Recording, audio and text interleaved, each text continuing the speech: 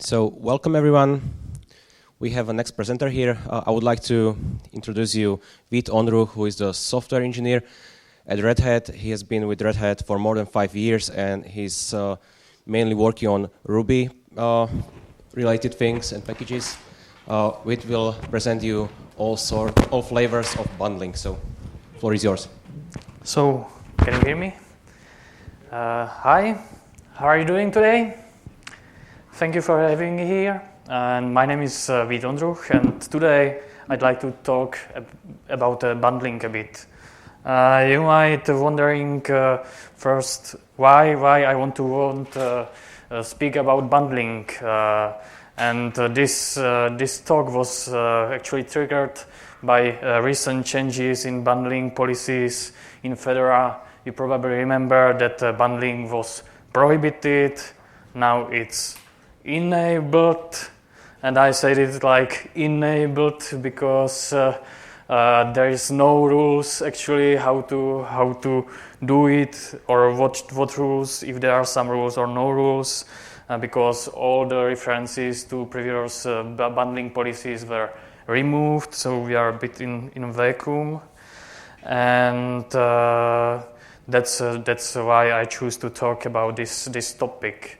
And first, what the bundling actually is. So if I say bundling, you might imagine something like this. This is a box. There is something inside. There is a lot of stuff inside, and you just see the outside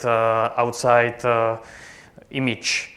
Actually, this is not a very scientific definition. So I tried to find out what the bundling actually is, because, for example, in Fedora guidelines there is no mention.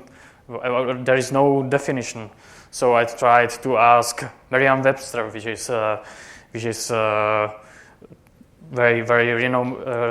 very profound source of definitions. So this is like group of things that are fastened, tied, or wrapped together.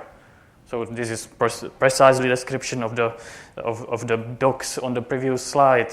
Or it's grouped of things that are together or are associated with each other in some way. Okay. So this is what Merriam-Webster says. Wikipedia, well, no luck. There is actually something about software bundling, and bundling software is a group of software packages which are sold together and sold actually in open source world.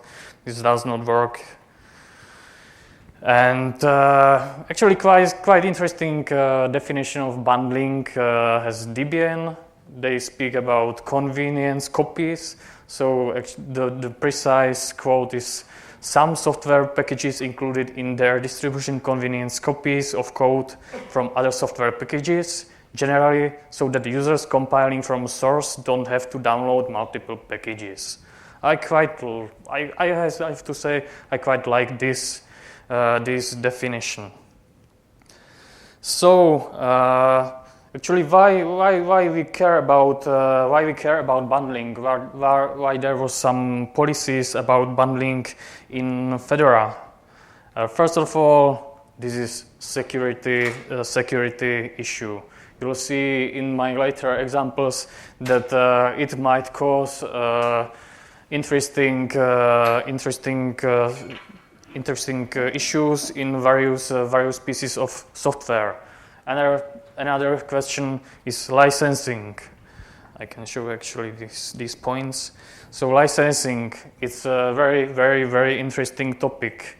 We will touch it later during this presentation. Code duplication. How to actually find what is in the software, in the package itself. How to distinguish if the software has some patches applied and if it differs from upstream or not. And related is maintainability in general. For example, you fix the bugs on one place, but there is copy included in some other piece of the software, and the bug is not fixed there. Actually, I show you example of this later. So, first of all, this is, I will say, or you might think that bundling is bad. And I will show you that it's not that easy with bundling. It's simple to say like don't bundle, unbundle, because you will save your issues, or save your problems, but that's not entirely true. And actually in reality, you see that people bundles everywhere. So question for you, do you bundle or do you don't bundle, or what is your opinion? No bundling ever. Okay, at least one guy does not bundle. Nice. Okay. So now let's look on some examples I met in the past, and I tried to discuss what was the story about the bundling, how it started, maybe how it ended. So as first, let's talk about passenger. Is here anybody who knows what passenger is? Yeah, passenger is actually, it's originally it was Apache module for serving Ruby on Rails application. Today it's even standalone web server and so on. The project evolved in these 3 years of its existence. So, yep. So what was the issue with passenger? There were several issues, license and so on, but it was resolved quite fast. But the biggest issue was bundled copy of Boost. Why is the problem? Because it's security concern. As I said, it's basically web server or a web server module. So you may attack it. The computer might be attacked remote, and for example, there might be denial of service. So your application won't run if there might be some issue in bundle. And actually, why they bundled Boost? Because they made some so-called highly Unix specific modifications, and actually they did it for of course for performance reasons, because Apache or Passenger is Linux platform, so they did their modification to improve performance and to give higher satisfaction to their users. So, but what was the problem? What was the problem for our users, for Fedora users? The problem was that it took 4 years to pass the review, and although there was bundled Boost at the beginning, it's still bundled there. So the only difference is that there was a lot of discussion, long talk, if it can be upstream and so on. Actually, part of the code, as far as I remember, were upstream, so they are now really integrated in Boost. So this was a good output of the discussion. But at the end, FPC granted bundling exception, and we still have Passenger with bundled Boost.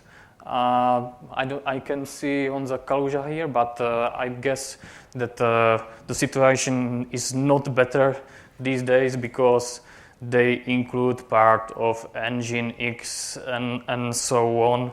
So yeah, but to have Ruby on Rails or Ruby on Rails application and don't have Passenger on our system, this is big fail for Fedora. So yep, actually the exception was good solution for our users at the end.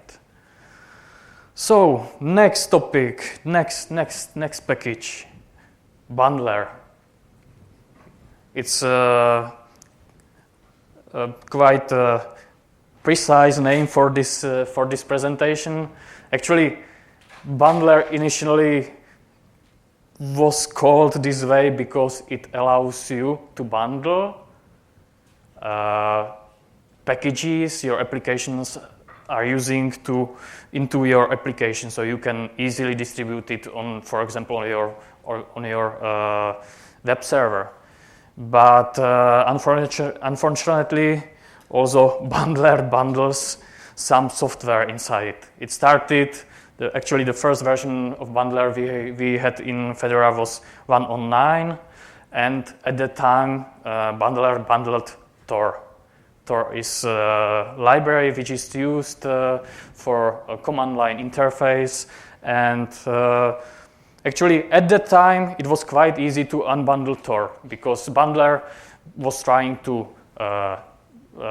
load the system instance of Tor. Once it found it, it just used it. So it was like just enough to remove this library from bundler and everything worked, or at least it seemed to work. In version 1.1.4, this was actually we are not updating this package for every release in Fedora. So the next version, there might be some versions in between, but the next interesting version was version 1.1.4, which introduced another bundling library. This time it was NetHTTP persistent, and this is actually used for persistent connections, so you can reuse the connection, and it improves the performance of downloading packages and communication with server. So this was also easy to unbundle at that time. It was just remove the package and that was it. However, in version 1.7.4, it started to be problematic. We had to add explicitly dependencies on Tor and NetHTTP persistent into bundler because they dropped there, and we had to provide symlinks from Tor and NetHTTP persistent to their original place to keep bundler working, because bundler guys, they changed the way how the libraries were loaded, and it was they didn't try anymore to load the system versions of libraries.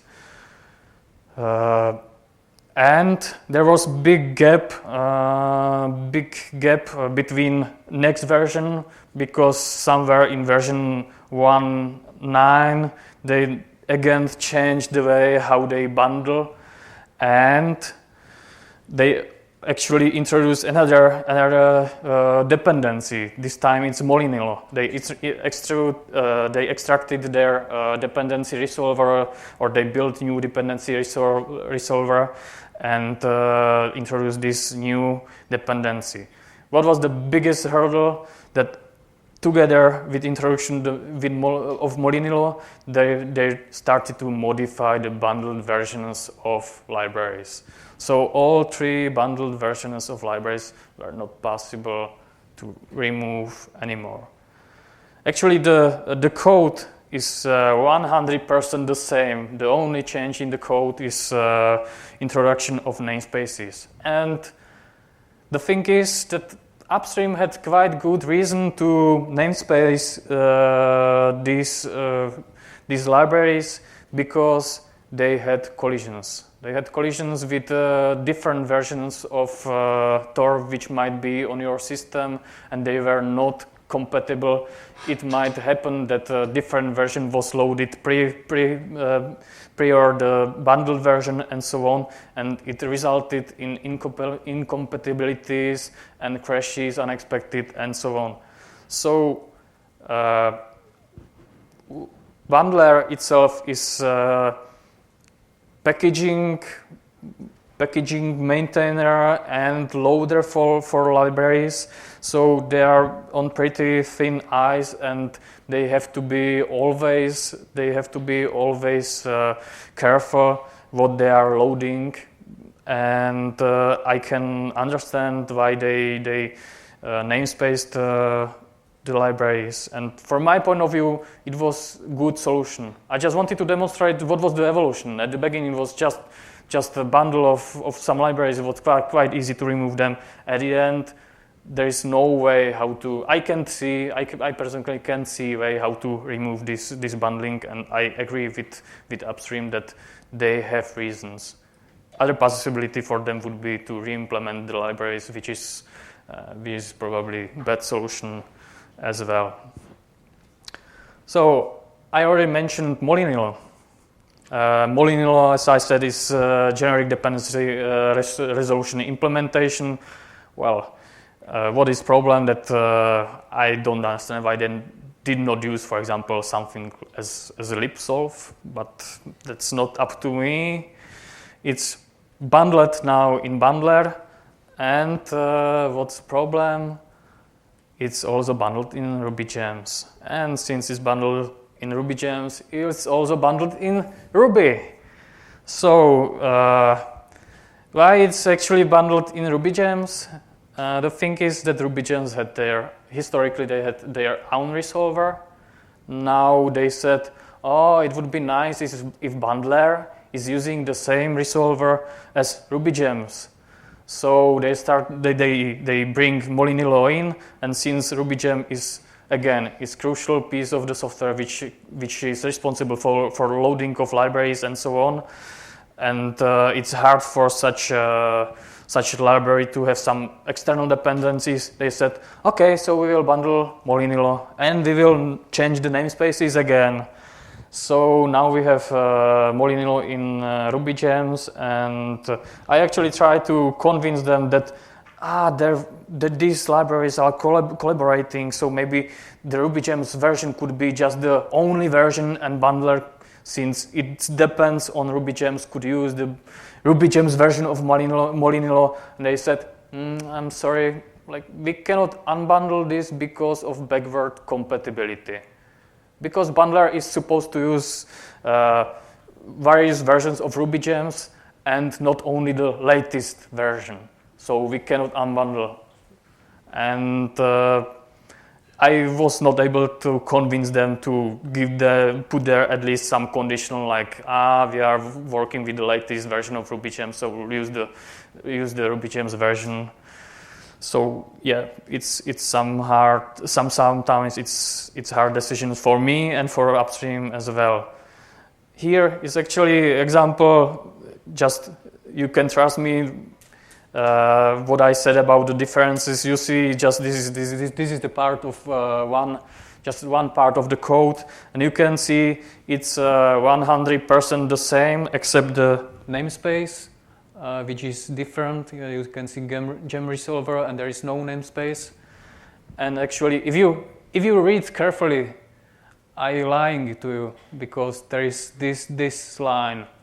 And I mentioned before that the maintenance and fixes in code might be problematic, and this is precisely example of the maintenance issue because Ruby 2.3 introduced this nice pragma frozen string literal, and you can use it to change behavior of strings. And somebody came, oh, this is good feature, so let's change all the RubyGems files to include this directive. And this pull request was accepted. So now this change is in RubyGems, but actually it's not in the upstream. So I can see that in the future they will release a new version of Molinillo, and this line will once again disappear from RubyGems.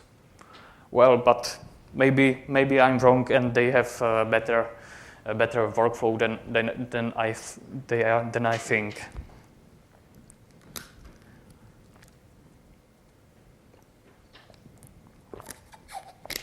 Okay. So let's move forward. Now, interesting things is something which is called CopyLip. This is actually definition coming from Fedora bundling or unbundling guidelines, which are now, well, they don't exist anymore, but in the old version of these guidelines, there was this definition. Definition of CopyLip is somewhat amorphous. It is basic level, at its basic level, the upstream for the library intends for you to copy the source code of the library into your program, modify it to suit your needs, and then release your software with continuous forward modifications to that source. So, well, that's the definition. Let's look on some examples. The first example of CopyLip I met was OKJSON.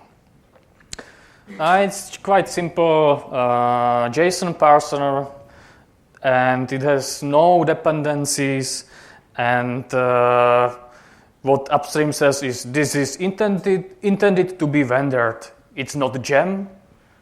Instead, copy OKJSON to your project and require it directly. It's small. So you can use it by default instead of bloated JSON parsers. And the only thing you have to do, or you should do, is to modify the namespace again. What was interesting with the upstream was, for example, discussions about versioning and so on, because finally FPC granted exception to OKJSON as a CopyLip, but there is quite interesting remark of FPC. The OKJSON software has reluctantly been granted a bundling exception. Yeah, so, well, the issue with versions I mentioned is that once you unbundle CopyLip, you should have virtual provide which says bundled OKJSON, and there should be version. And actually, for upstream, it was quite okay that we are using Git, so we don't need versions because, well, in Git you have hashes and you can look at the Git log and you see that what was released when and so on. But actually, this provide should be versioned in Fedora. So I had to come to upstream, ask them, okay, if this is CopyLip, could you please add there some versions? It took some time to convince them. They added the version, but later they forgot about it and they did new modifications, new releases without changes or version and so on. So these are like complications or issues you are facing as somebody who wants to do good packaging job. So. Yeah, actually, this was another remark, which was still in the bundling guidelines. Like, the Fedora Packaging Committee has generally feeling of distaste for this behavior. So this is like, from my point of view, this is sending bad message to upstreams. Like speaking about upstream like this way, I wouldn't like to be mentioned on Fedora page with this remark. So next thing, it's actually also a case of CopyLips. Have you ever heard about CCAN? Anybody? Better? Yeah, okay, so at least somebody. So it's like, if you probably know CPAN, yes, CPAN. Peter is here, so, and some Perl guys are here, so they heard about it. This is something to be like CPAN for C, and actually it's just collection of snippets, libraries. This is just a few random examples of. Actually, this is quite useful routines. There is a lot of times re-implement this list and so on. There are specific hashing algorithms which you don't need to re-implement. Actually, from my point of view, it's quite good if you can take this proven code and use it in your software. So, for example, for CCAN, there is granted exception, but just for not general exception, but just some parts of the CCAN specific libraries. How it looks in real life? actually, for example, in Ruby is bundled this piece of code. And this is just small part of the, actually, this is full code which is in Ruby, but this is just small part of the original library. So although this is something like packager and so on, it's quite hard to find these pieces of code in your code. So I asked, actually this string snippet was not approved yet, so I asked FPC for bundling exception, and the response was, given it's just these two small macros, I don't even think it classifies as bundling. Roughly 666 C projects have implemented those two macros in that exact way. There isn't another way to do it. So actually, it was quite strange. On one hand, you should ask for exceptions. On the other hand, it's waved like this, like you are asking and you don't need the exception. On the other hand, I must say it was quite reasonable answer because yeah, it's just really 2 lines and there is nothing special. You can do it probably different way. Okay, another interesting example of bundling, NedLip. Anybody heard about NedLip? It's actually something like Secan. It's probably older and maybe not that sophisticated. So it's again collection of some libraries. And to NedLip, there is some interesting story. You see CVE. Ruby heap overflow in floating point parsing. And in the notes in this for the description for this issue, you can see this is similar to bug CVE to 2009. You see it's like 4 years before this two happens. Well, so if I curiously opened the description of the bug, what is this 2009 bug about? So it's like array indexing error in D2A implementation, blah blah blah, and it impacts FreeBSD, several versions, NetBSD, OpenBSD, Mozilla, SeaMonkey, Kimelon, and so on. Wow, it's quite a lot of software which is widely used, and actually. This is not everything, because once this was reported against Ruby, it was discovered that there are similar issues in Python, MySQL, V8, and well, probably other places in maybe in your software. I don't know. But surprisingly, although there is exception for Secan, there is no mention about NedLip nowhere in bundling policies or former bundling policies of Fedora, and so on. Okay, so this was quite established infrastructure for sharing your code, and now what about snippets? Have you ever used Stack Overflow? And probably everybody of you. And have you ever cared what is the license actually? So, well, for me, I really don't know. Yesterday was the first time I was trying to investigate what is actually the license of the snippets.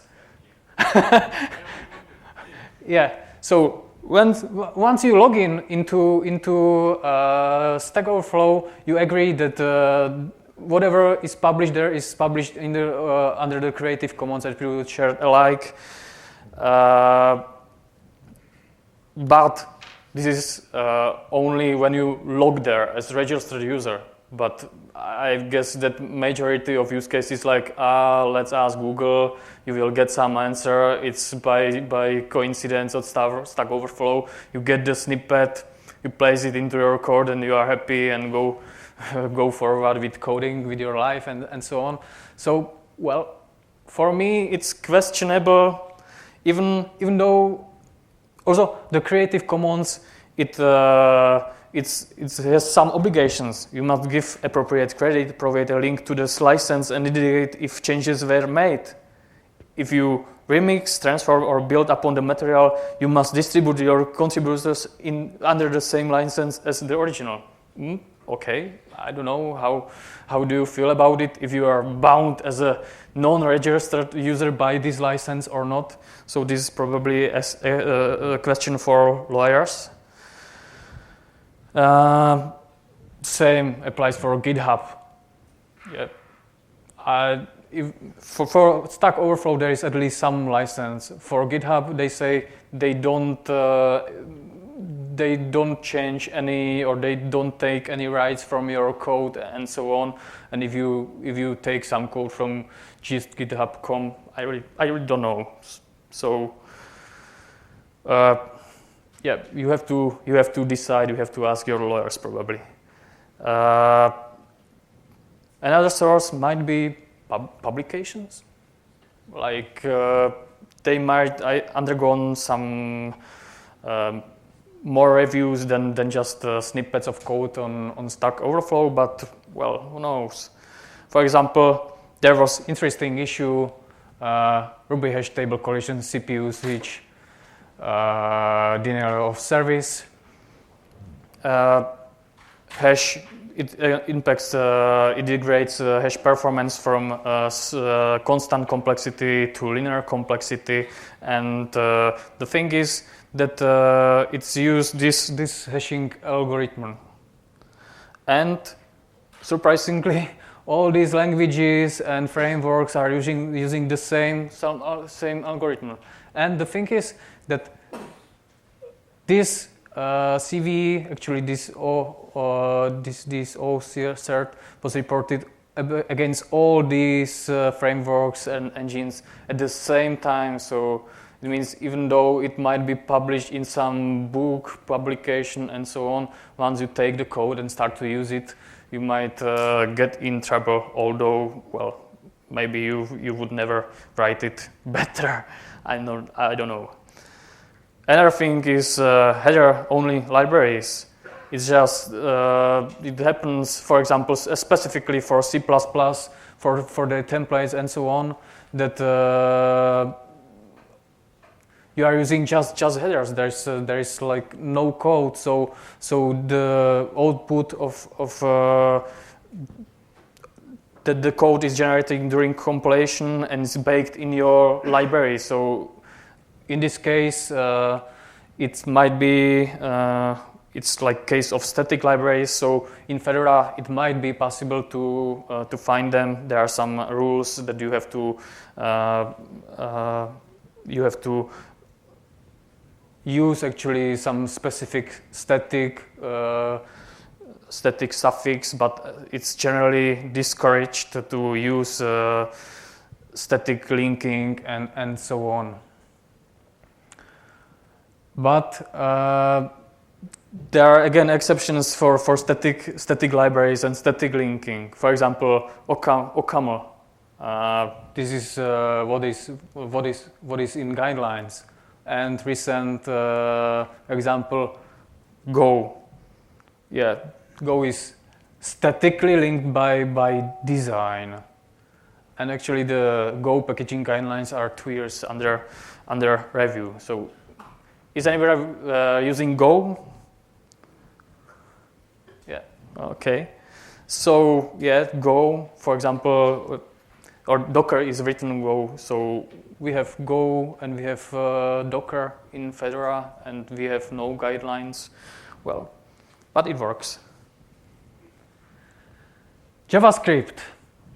Well, there are like the bundling exceptions for JavaScript. They're evolving, and bundling was allowed. And this is the recent news. Like bundling there is temporary exception until jQuery is packaged properly.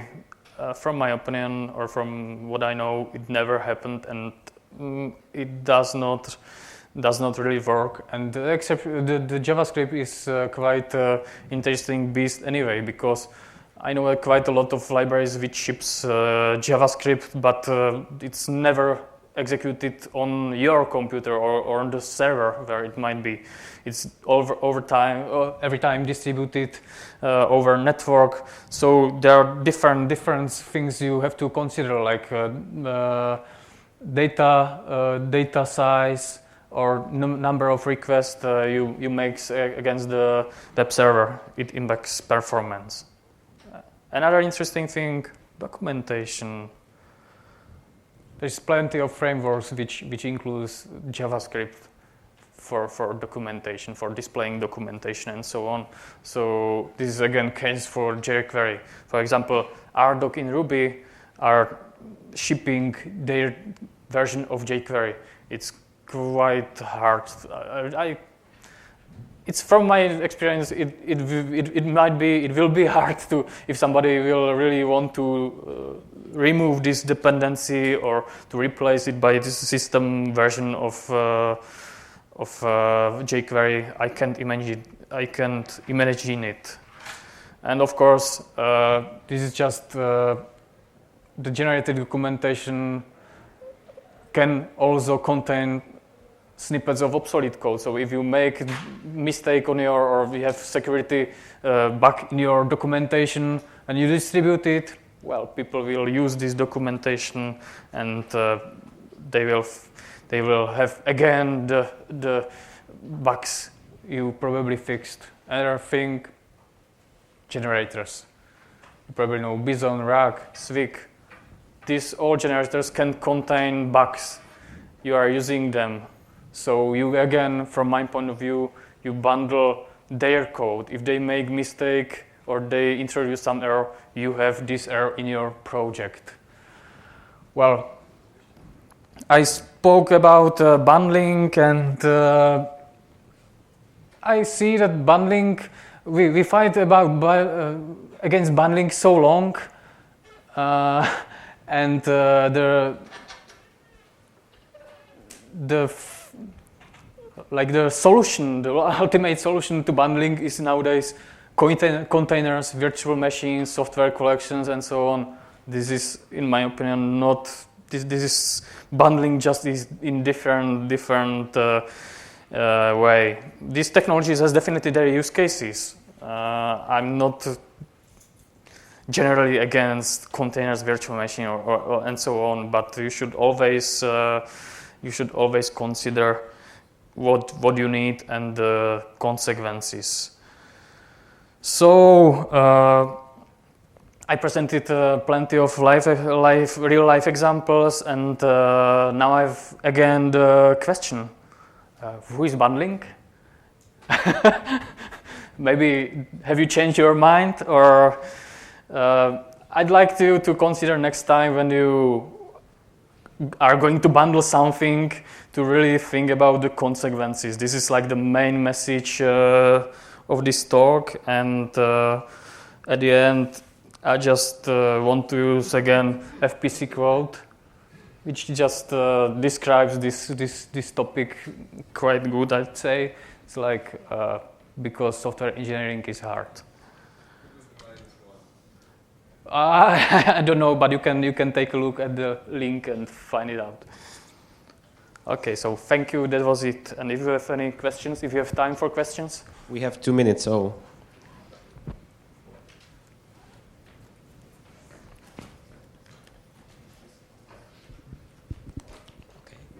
What do you think is the best example when the bundling really succeeds, and the opposite? Yeah, you present many examples. Yeah, just. Actually, thank you for the question. It's a really good question. I cannot say it succeeds, but I quite like the bundler example because this was evolution. I had the chance to follow the project and see the evolution. Like it was not bundling. It was not really bundling. Then they just shipped these two libraries. They defaulted to the system version, but the project itself learned that it's not possible because they break the user experience of their users. So they evolved. First, they really had hard dependency on the bundled library, and at the end they were forced to change the namespaces. And yeah, I believe like this is good example where the bundling has its place. I hate to say this, but I really think they put a thought in this.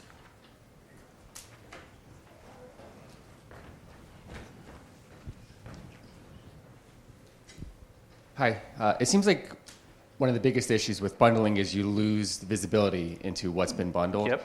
And looking at kind of the Docker images, if we're able to know what's gone into the image and we're able to track that, so it's bundling, but we know those bundles, does that mitigate it?